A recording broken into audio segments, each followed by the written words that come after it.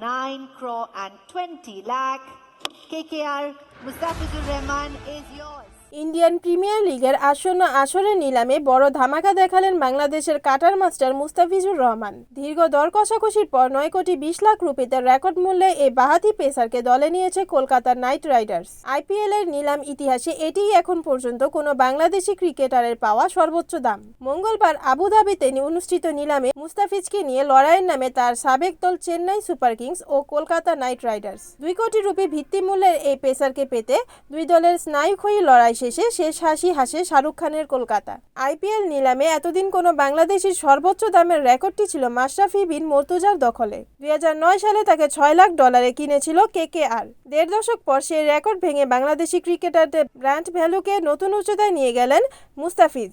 2016 সালে সানরাইজার্স হায়দ্রাবাদের হয়ে আইপিএল ক্যারিয়ার শুরু করা মুস্তাফিজের এটি ষষ্ঠ দল।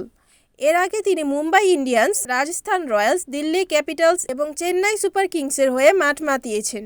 গত আসরে সরাসরি নিলাম থেকে দল না পেলেও পরবর্তীতে বদলি খেলোয়াড় হিসেবে দিল্লিতে সুযোগ পেয়েছিলেন তিনি। Desk report, NN TV.